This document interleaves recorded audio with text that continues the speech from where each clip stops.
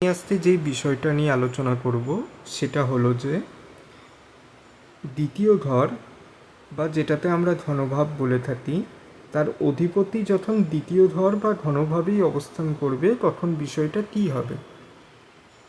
এই জিনিসটা যারা দেখতে জানেন না তাদের জন্য আগে আমি একটা উদাহরণ দিয়ে বিষয়টাতে বুঝিয়ে বলে দিই। দেখুন, এইখানে আমার কাছে যে ছবিটা রয়েছে তার মধ্যে যে কোষ্ঠীটা আছে তার মধ্যে তুলা রাশিতে 1 নম্বর লেখা রয়েছে, মানে তুলা রাশিতে লগ্ন রয়েছে। এবার তুলা রাশির পরবর্তী ঘর হলো বৃশ্চিক রাশি। এবার বৃশ্চিক রাশির অধিপতি আপনারা সকলেই জানেন মঙ্গল। এবার এটার মানেই হলো যে দ্বিতীয় ঘরের অধিপতি দ্বিতীয় ঘরেই বসে রয়েছে।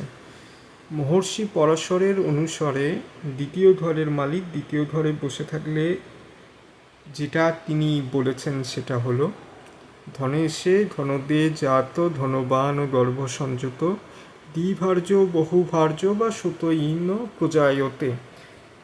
যখন ধনভাব এর মালিক বা দ্বিতীয় ঘরের মালিক দ্বিতীয়ভাবেই অবস্থান করবে তখন জাত মানে যে জন্মগ্রহণ করেছে ধনবানও মানে আর্থিকভাবে খুব সম্পদশালী হবে।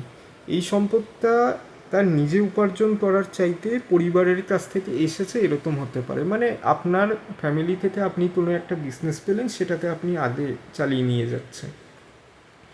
গর্বসঞ্যত, হয়তো সে এমন কিছু কাজ করে বা সে নিজের পরিবারের কাছ থেকে একটা আচরণ পেয়েছে, মানে একটু অহংকারী গাম্ভীর হওয়া তার পক্ষে স্বাভাবিক বিষয়।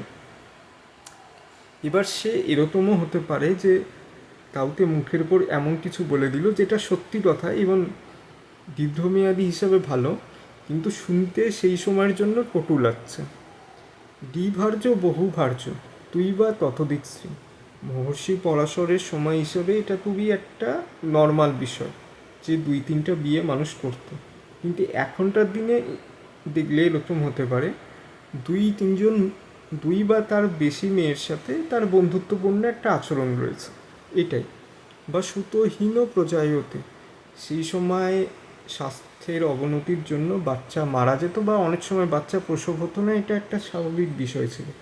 এখনকার দিনের হিসাবে যদি এটা দেখা যায় তাহলে এরকমও হতে পারে যে তার ছেলে সন্তান মানে ছেলে বা মেয়ে দূরে দিয়ে পড়াশোনা করছে।